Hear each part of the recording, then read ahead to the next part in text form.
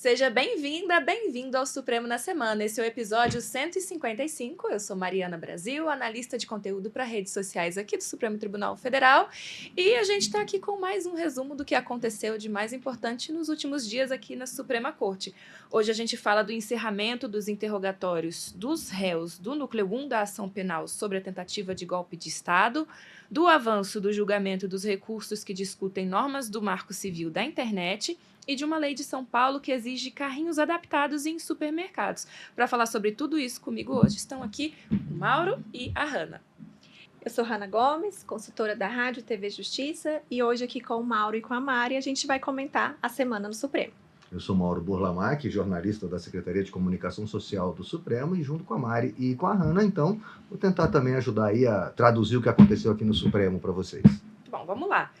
Nessa semana, o STF iniciou e concluiu os interrogatórios dos réus do Núcleo 1 da Ação Penal 2668, que trata da tentativa de golpe de Estado, sendo o Núcleo 1 o que conta com o ex-presidente Jair Messias Bolsonaro e mais 7 pessoas.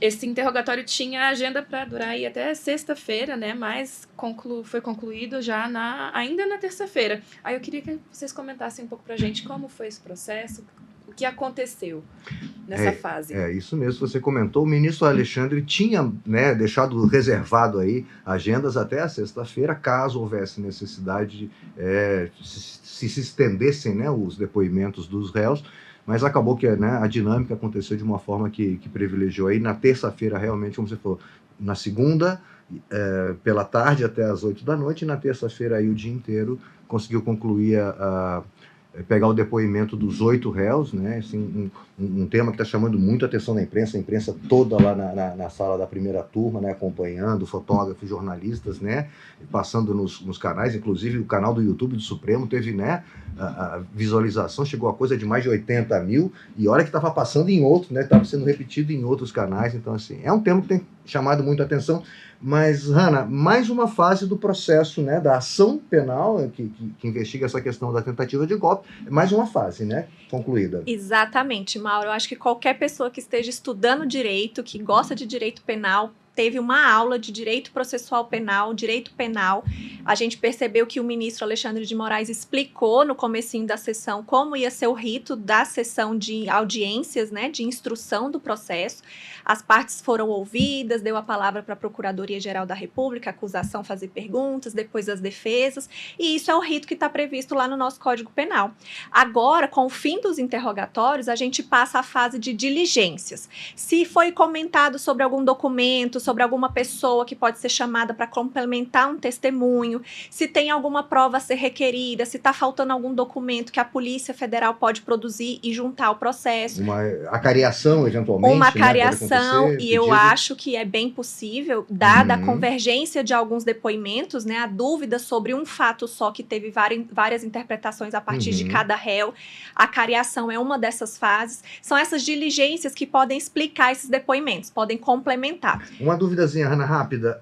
O ministro deu 5 dias, é o que prevê, se não me engano, o código, para que as partes apresentem o pedido de diligência. Não quer dizer que as diligências serão feitas em 5 dias. Exatamente. Nos 5 dias é feito o pedido, e aí vai ter um tempo para essas diligências serem realizadas. Inclusive, as diligências podem ser negadas pelo ministro, relator, porque a gente tem esse prazo legal lá do Código de Processo Penal de 5 dias para a PGR e para as defesas fazer esse pedido. O pedido é juntado nos autos e aí o ministro analisa se for um pedido protelatório, qual é a relevância dessa testemunha que está sendo requerida, desse documento que vai ser juntado, e pode ou não ser deferido, recebido, de fato juntado no processo. Depois disso, Mauro, junta-se todo esse compilado, todo mundo é intimado de tudo que foi juntado para eventualmente se manifestar sobre alguma situação, e aí são produzidas essas provas, são juntadas aos autos, a gente tem aí a possibilidade da cariação, como você trouxe pra gente, o ministro relator marca essa cariação, que é aquele tirar limpo aquela história, coloca as duas pessoas frente a frente para explicar, olha, esse fato aqui você disse A, mas a outra pessoa disse B. O que realmente aconteceu? E isso vai ser para o ministro, né, para o ministro relator, que é o juiz da causa, para quem as provas são dirigidas. Certo. Então é um momento muito importante, as defesas precisam prestar atenção nesse momento para não deixar passar nada, sob pena de preclusão. Ou seja, acabou o prazo, perdeu esse prazo, não junta mais nada no processo. A não ser que seja um fato novo, que seja um fato que tenha acontecido depois desse prazo. Perfeito. E aí, passado isso, Hanna, vem as alegações finais já? Alegações finais. As alegações finais da PGR, que é a acusação, é aquela parte escrita, né? Chama-se alegações finais por memoriais, onde a PGR resume a sua acusação, considerando, né, o depoimento, todas as provas que foram produzidas, a confirmação ou não do que foi trazido na delação premiada. Então, a gente tem essa possibilidade de resumir o pedido de condenação ou o pedido da acusação lá nas alegações finais. Depois do prazo da PGR, vem as alegações finais das defesas. Primeiro colaborador? Primeiro colaborador, porque os acusados devem saber tudo que está sendo dito sobre eles, né? Por isso essa ordem. Alegações finais por memoriais da Procuradoria, do colaborador e depois de cada defesa no mesmo prazo. As defesas terão um prazo comum. São prazos sucessivos, né? PGR um tempo, depois colaborador um tempo e depois todas as defesas dos demais corréus. Exato. E aí, feito isso, está na mão do relator preparar voto e pedir data para julgamento. Seria exatamente. Isso, Hanna, lembrando, isso é o que está na legislação, no código, no regimento interno. Claro que pode acontecer alguma coisa, como você fala, um fato novo, alguma coisa, mas esse seria o rito regular, isso é normal. O que a gente espera, o que a gente pode prever, considerando o Código de Processo Penal, que é o que deve ser seguido, né? O ministro Alexandre está sendo muito rigoroso com relação a isso, para evitar qualquer tipo de cerceamento de defesa, alegação de violação de direito, né? Para que a gente possa ter, de fato, um processo previsível, né? Um processo formalizado ali de acordo com a nossa legislação, sem intercorrências. É o que se espera. Eu achei muito legal, você falou que foi uma aula, o Código fala que quem interroga os réus é o juiz. E aí é interessante que ele mostrou isso. Olha, quem vai interrogar são. Então a PGR, quando fazia perguntas, era dirigido ao ministro, que passava, né, para o réu. Né? Claro, como tudo ali ao vivo acontecendo, mas interessante isso. As defesas falavam com o ministro relator, que passava para o réu. Então, assim, é o juiz fazendo perguntas, né, como, né, nesse intermédio. Ele faz um filtro, né? Se aquela pergunta está sendo abusiva, está sendo extensiva demais, protelatória, ou se ela está ofendendo o juízo, o processo, ou a própria pessoa que está prestando aquele depoimento, ou se ela está sendo impertinente para aquele caso, né? Aí o juiz faz esse filtro. Afinal, como eu disse, ele é o receptor da prova. A prova interessa ao juiz. Então, se a pergunta for irrelevante, não for interessante para o juiz da causa, ele pode indeferir a pergunta. Não vimos nenhuma pergunta ser indeferida, o que foi muito interessante, né? Acho que para evitar qualquer alegação de cerceamento de defesa. Perfeito. E uma última informação, Mari, é que já foram abertas as ações penais dos núcleos 2 e núcleo 4. E aí devem passar por esse mesmo procedimento, né, que está acontecendo, devido ao processo legal que está acontecendo nessa ação penal, com esses dois núcleos, né, que já tiveram denúncia recebida. Ainda tem muita gente, né? A gente precisa lembrar que é um processo só, mas por uma organização, tanto da acusação, a PGR, quanto do judiciário aqui na corte, resolveram dividir em blocos de pessoas que teriam ações aí similares dentro de um todo, de um fato todo, do 8 de janeiro, para que tivesse uma organização melhor sobre o entendimento dos fatos. É isso. Certo, vamos prosseguir. Na quarta-feira, o plenário avançou com o julgamento de recursos que discutem duas normas do Marco Civil da Internet sobre a responsabilidade das plataformas pela remoção de conteúdos. Teve uma sessão extraordinária na quarta-feira de manhã, né? E a gente vem falando desse julgamento há um tempo porque ele é super importante e ainda está em curso. E aí, na quarta-feira de manhã, na sessão extraordinária, a gente começou com o voto do ministro Flávio Dino e a gente trouxe um trechinho do voto dele para a gente comentar. Eu perguntei, fiz uma consulta. A liberdade de expressão é um direito absoluto? E veio a seguinte resposta: a liberdade de expressão é um direito fundamental, mas não é absoluto. Embora seja essencial para a democracia e a liberdade individual, existem limites e restrições que podem ser aplicadas em certos casos.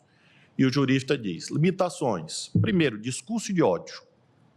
A liberdade de expressão não protege o discurso de ódio, que pode incitar violência ou discriminação contra grupos específicos. 2, difamação e calúnia. A liberdade de expressão não protege declarações falsas e difamatórias que possam danificar a reputação de alguém. 3, segurança nacional, que é um debate muito presente nos Estados Unidos. Em alguns casos, a liberdade de expressão pode ser limitada por razões de segurança nacional. Estamos vendo isso agora lá com muita intensidade, como a divulgação de informações confidenciais, enfim. 4, ordem pública. A liberdade de expressão pode ser limitada se for considerada uma ameaça à ordem pública ou estabilidade social. Esse jurista se chama Meta. Essa é a resposta da inteligência artificial da Meta. Então, eu não posso discordar se até a ferramenta sabe que ela deve ser controlada. Muito interessante. Metalinguagem, né? Mesmo. Muito interessante esse exemplo que o ministro, né, que ele mostra aqui, que ele fez essa conversa, até porque o artigo 19, que é a grande discussão aqui, o artigo 19 desse Marco Civil da Internet, ele começa com isso, né? Com o intuito de assegurar a liberdade de expressão e impedir a censura, o provedor poderá ser responsabilizado civilmente, e aí ele fala que, né, se desrespeitar uma ordem judicial. Mas aqui os ministros, Ana, pelo que eu tenho visto, têm se manifestado assim, determinados crimes, por exemplo, graves, como discursos de ódio, terrorismo, racismo, homofobia, crimes contra crianças, uma série de crimes mais graves que eles estão ali, né, cada um dando uma lista, determinados crimes não devem circular pela internet, não precisa nem de notificação. Exatamente. Enquanto outros crimes comuns necessitaria de uma notificação da parte que se sente ofendida, e outros ainda, aí sim, respeitando esse artigo 19 aqui, precisa de uma decisão judicial. São esses 3 níveis, mais ou menos, né, Hannah, que está em discussão de... Exatamente, Mauro. A gente tem um consenso com relação a esses crimes mais graves, né? Alguns até hediondos, como, por exemplo, equiparado ao hediondo, que é o terrorismo, o crime de racismo. São situações muito óbvias e que não fazem parte do nosso Estado democrático de direito, como o ministro Alexandre de Moraes destacou no voto dele. Isso não cabe numa sociedade equilibrada, numa sociedade que busca o bem-estar. Lembrando, o ministro também destacou que o artigo 3º da nossa Constituição traz como um objetivo da República o bem-estar de todos, sem discriminação e preconceito. E aí as plataformas, mesmo que sejam internacionais, multinacionais, que desejam operar no Brasil, têm que atender à nossa Constituição. Dessa forma, esses crimes gritantes, esses crimes situações flagrantemente ilícitas, criminosas, deveriam ser retiradas pelo filtro da própria plataforma. É o que os ministros têm chamado de monitoramento ativo. Né, deveriam fazer. Eles falam que a liberdade de expressão não é um princípio absoluto. Não é absoluto. Sobre o manto da liberdade de expressão, você não pode sair, né, fazendo apologia a crime, essa coisa agora Mauro, como a professora que habita em mim, eu diria que não é de fato absoluto. Mas você pode dizer o que quiser, você só tem que arcar com as consequências. Certo. Com a responsabilização. Então, havendo o excesso, o abuso, cometendo crimes, há de haver responsabilização, tanto dessa pessoa que tem o perfil que publicou, quanto das plataformas que precisam monitorar. E aqui, Mauro, o ministro Alexandre de Moraes fez uma análise muito interessante. Ele diz que quando a gente quer comprar alguma coisa e a gente pesquisa, o algoritmo, a inteligência artificial consegue monitorar as nossas vontades e alimentar aquela vontade nossa. Então, se consegue, né, fiscalizar uma simples pesquisa nossa, o que a gente está... o que a gente comenta em um post só, uma manifestação simples numa rede social, por que não monitorar crimes? Por que não monitorar situações que ofendem o Estado democrático de direito? Aí o ministro disse que até fez uma pesquisa, né, e as redes sociais responderam a ele, as plataformas responderam que porque isso dá like, dá dinheiro. Né? E o ministro destacou que se há monitoramento, se há fluxo, monetização, deve haver responsabilização. Foi muito interessante. Eu vi ele comentando, né, isso de que o que dá like nas redes é cruel, mas é isso, né? Vídeos com violência, vídeos com apologia a crime, essa coisa, né, de pegar as bolhas e insuflá-las, isso dá like, isso monetiza, isso dá dinheiro para as plataformas que só vão tirar isso se obrigadas, né? Foi uma revolta do ministro, né? A gente percebe que ele está muito incisivo com relação a esse tema, dizendo que sociedade é essa? que monetiza, que dá like sobre o mal, né? Ele até citou Hannah Arendt, por exemplo, que fala sobre a banalização do mal, né? Quando a nossa sociedade absorve esse tipo de conduta e passa a monetizar isso. Então, para resguardar o bem-estar de todos, que também é constitucional, a gente precisa dessa regulamentação. E aqui lembrando que são 2 casos específicos, pontuais, 2 recursos extraordinários de 2 pessoas específicas, né, que tem repercussão geral, aguardando uma legislação específica por parte do Congresso. E é interessante, né? Porque o Marco Civil da Internet, ele regula essa coisa, né, das redes, da internet, enfim, mas já é uma lei com mais de 10 anos, né? Esse ponto da responsabilização é que está em foco aqui, não é o Marco. A gente tem, como, né, tem citado, o Marco Civil está em julgamento, não. Nesse caso, é só a responsabilização das plataformas, dos provedores, no caso, né, de conteúdos ilícitos sendo divulgados. Nesse ponto aqui, nos 2 casos. Porque quando foi 2014 que o Marco Civil foi promulgado, entrando em vigor em 2015, 10 anos já, a gente tinha esse artigo como era o suficiente. Mas a dinâmica social, essa nossa onipresença no mundo virtual, né, trouxe também os crimes da vida real para o ambiente virtual. E isso não pode passar impune. A legislação precisa acompanhar essa dinâmica, essa marcha social, para poder atender ao que a gente precisa no sentido da responsabilização. E o ministro Dino, o ministro Alexandre, de novo, trouxeram, né, colocaram lá durante o julgamento, mostraram imagens, né, no telão, exatamente de conteúdos, de posts, de mensagens, com apologias a crime, com homofobia, com racismo, a coisa do 8 de janeiro, as pessoas insuflando, marcando realmente, né, segundo o ministro Alexandre, o 8 de janeiro foi todo combinado pelas redes, sem que ninguém tirasse do ar, e acabou causando o que causou. Então, exatamente. Assim, né, é isso que haveria de ter um monitoramento, as redes, as plataformas estavam cientes, é isso que se cobra, né, nesses crimes mais graves, esse monitoramento ativo, para que se evite mal maior, né, uma situação mais grave, como, por exemplo, Mauro, os jogos infantis que incentivam, né, a violência infantil, a exploração sexual e até mesmo o autoextermínio. Né, uma situação muito grave que precisa, assim, de uma regulamentação específica. Tem acontecido, né, recentemente, em muitos casos, a gente tem visto, inclusive, aqui em Brasília, no Distrito Federal, recentemente, uma menina, né, teria, enfim, seguindo essas coisas dessa automutilação nessas redes, eu não sei nem como é que chama isso, né? Mas assim, isso está muito sério, isso está muito gritante, né? Então, assim, apologia a crime, racismo, uma série de crimes sendo cometidos e que, né, que os ministros mostraram em telão ali, que estão circulando pela internet e que, se realmente não houver uma regulamentação para responsabilizar quem, né, não só, como você bem colocou, o responsável pelo conteúdo, mas também, quando for o caso, as redes, né, que estão permitindo, eles falam, né, muito o conteúdo que é impulsionado pelas redes. Muitos ministros têm colocado, poxa, quando ele vai pagar para aquilo ser impulsionado, a rede está sabendo o que é, a plataforma sabe que está sendo divulgado, então ali ela já tem condição de bloquear, de frear aquilo, de tirar do ar e não deixar. Se ela deixa circular aquilo, ela tem responsabilidade, né? Exato. Esse é um dos temas. Então, é uma discussão muito ampla, né? É muito ampla, é muito complexo, tem desdobramentos econômicos e o mundo inteiro está de olho nesse julgamento, Mauro, porque todo mundo, a Europa, os Estados Unidos, países asiáticos também, estão buscando essa regulamentação. E o Brasil está avançado, né, com relação a esse julgamento, vai ser um precedente que pode inspirar aí outros países a regulamentar também as plataformas no seu local, no seu ambiente. Então é isso, a gente já está com uma série de votos, Mária, não sei se vale a pena a gente até comentar um por um, porque é um julgamento que ainda faltam 3 votos, né? Ainda falta ministro Edson Fachin, ministro Nunes Marques e ministra Carmen Lúcia votar, e todos esses temas que a gente comentou aqui ainda estão sendo construídos um consenso, né, para chegar. Então, assim, até para a gente não confundir quem nos acompanha aqui, a gente continua falando aqui toda semana. A gente vai acompanhando, mas o importante é saber isso, que o que está se discutindo é isso, né? Os crimes, principalmente crimes contra a honra, como a Hannah colocou, parece que já está se construindo um consenso de que esse realmente precisa de uma ordem judicial, aí mantido o artigo 19. Isso, porque injúria, calúnia e difamação vão precisar da análise do judiciário para dizer se isso foi ofensivo, né? Se foi realmente um crime, se vão exigir o contraditório, né? A pessoa se defender, não foi assim, não foi assado, para ter uma decisão judicial para tirar aquele conteúdo do ar. Isso com relação aos crimes contra a honra, injúria, calúnia e difamação. É o recorte que os ministros fizeram para que a plataforma seja responsabilizada depois de uma notificação judicial e não cumprida.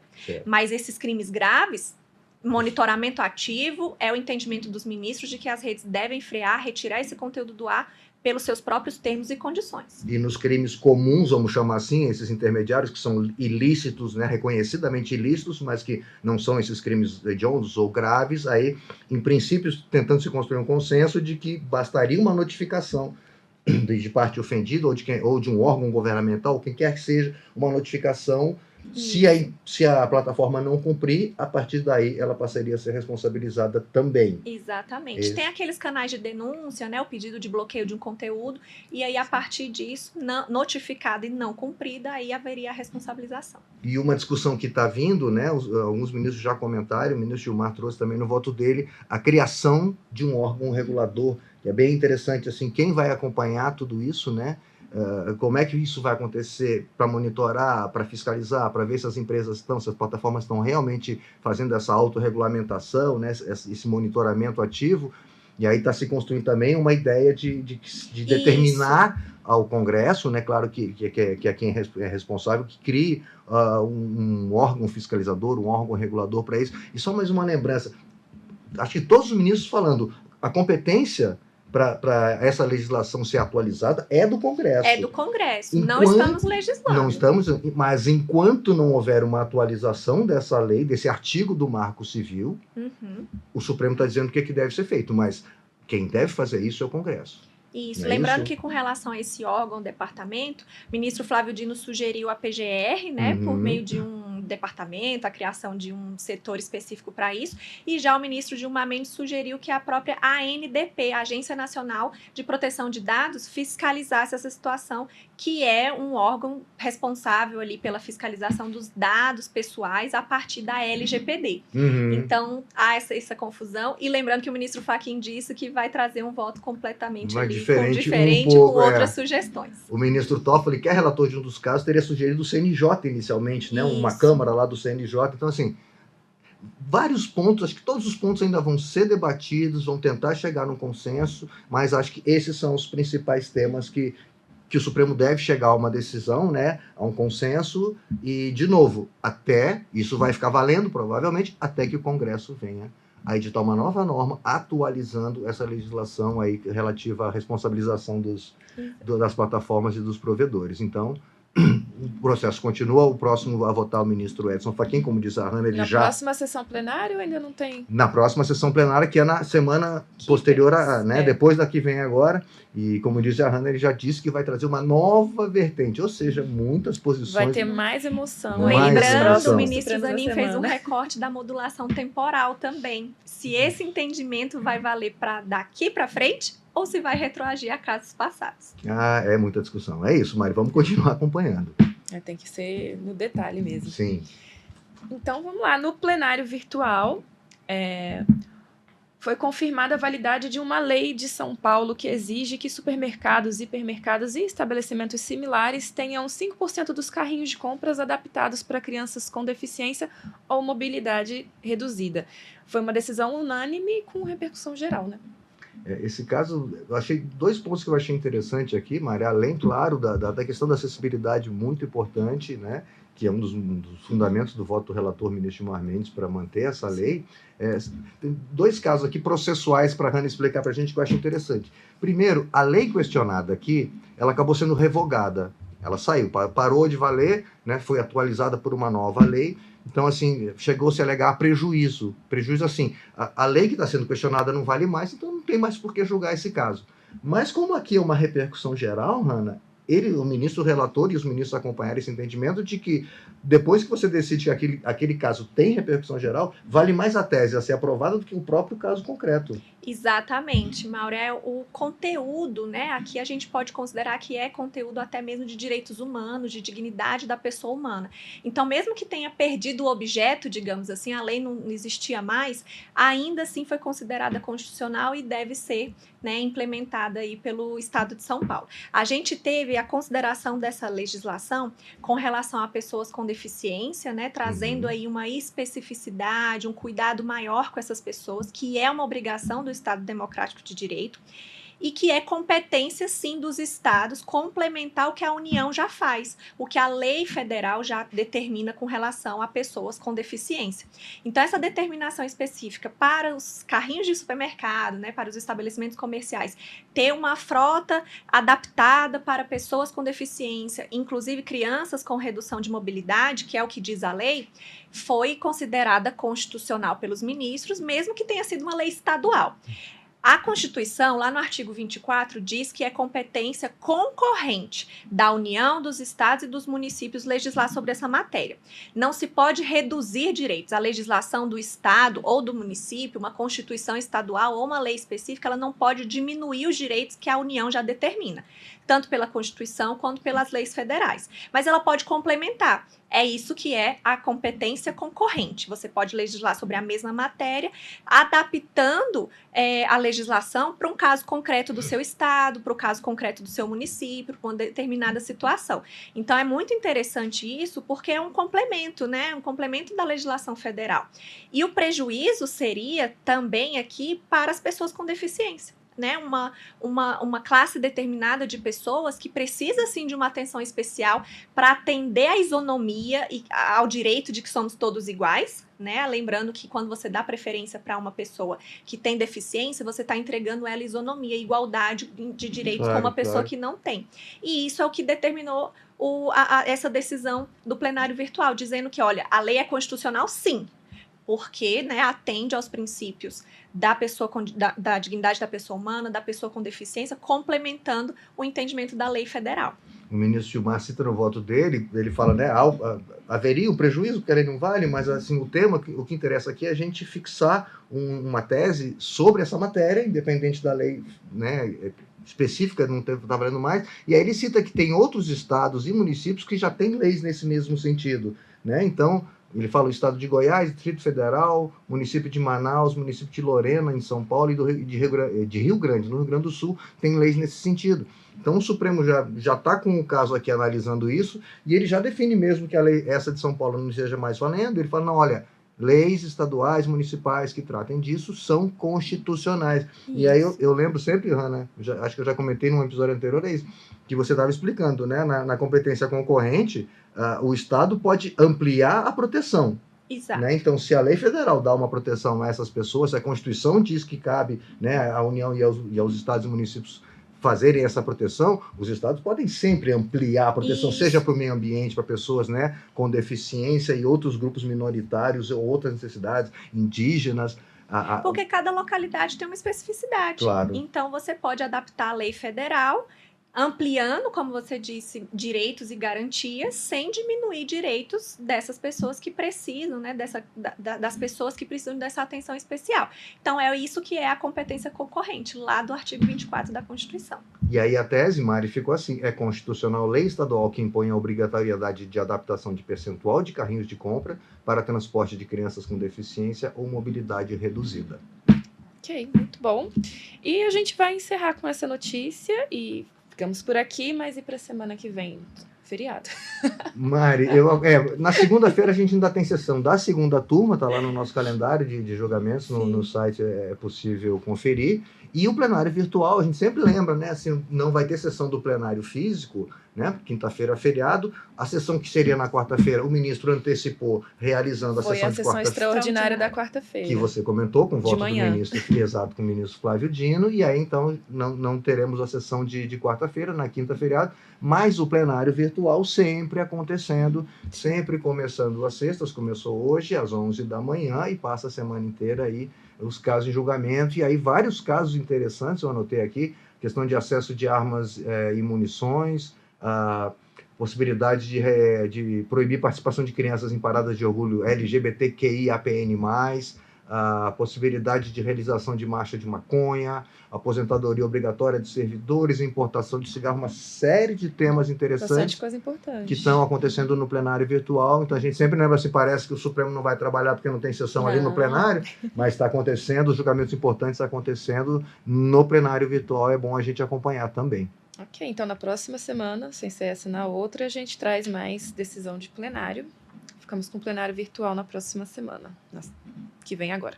É isso. Então, muito obrigada, Mauro, obrigada, Hanna, e claro, muito obrigada a você que nos acompanha aqui no Supremo na Semana. Se você quiser tirar uma dúvida, sugerir um tema, mandar uma mensagem, escreva para podcast@stf.jus.br.